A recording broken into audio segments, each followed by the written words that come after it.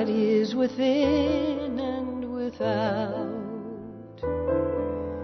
God is within and without. It's the air that we breathe, all we receive. God is within and without. Hi, it's Kathianne Lewis, and it's spring! I don't know. Just knowing that there have been days of blue sky and tulips coming up, I am thrilled. And yes, the rain hasn't stopped. It'll come and go. That's just the Northwest. And so if you are in a hot, dry place, just imagine being here where oftentimes we wish to be hot and dry, but that's not what I want to talk about.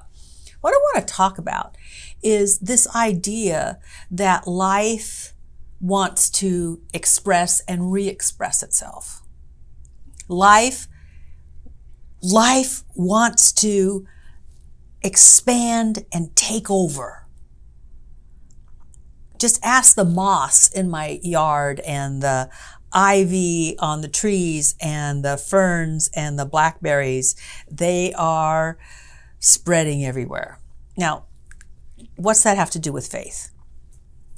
What I believe is that we too want to expand and express in different areas, but we get to choose. We get to choose in the areas that we will express into. And the more we do our spiritual practice, the more our thoughts will naturally expand and express and try to take over areas that bear fruit for good. If we do our spiritual practice, we will start thinking of ideas to have a better life, to have better relationships. We'll have ideas about how to be a good steward of the earth. We'll have ideas about how to reach out and create a better environment for the society that we live in. We will have all these wonderful, expansive, life-giving, life-sustaining, life-fulfilling ideas. If we don't do our spiritual practice, then the weeds of our darker thoughts will start to take over.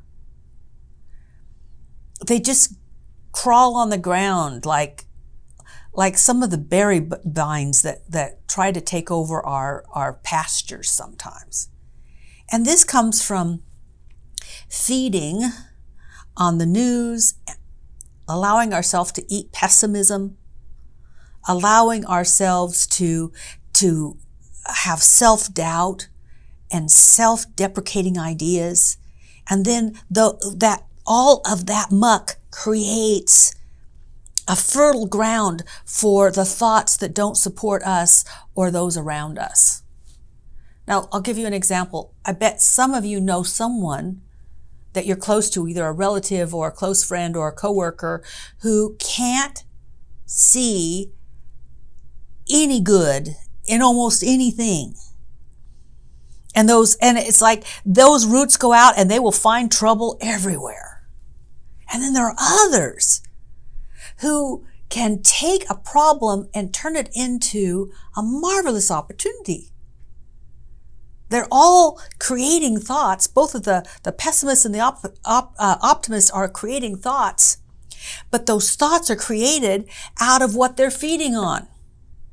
Do they feed on trouble, or do they feed on the Word of God? Jesus said something really weird, and he said, eat of my words. So take in the words of spiritual master that feeds you, whether it's Jesus or Buddha or Lao Tzu or Muhammad, and entertain those, and they will create where your thoughts go. And where your thoughts go will produce an effect. So I hope that gives you hope, because I'm full of hope. I'm full of hope every single spring. So here's to faith. Bye for now.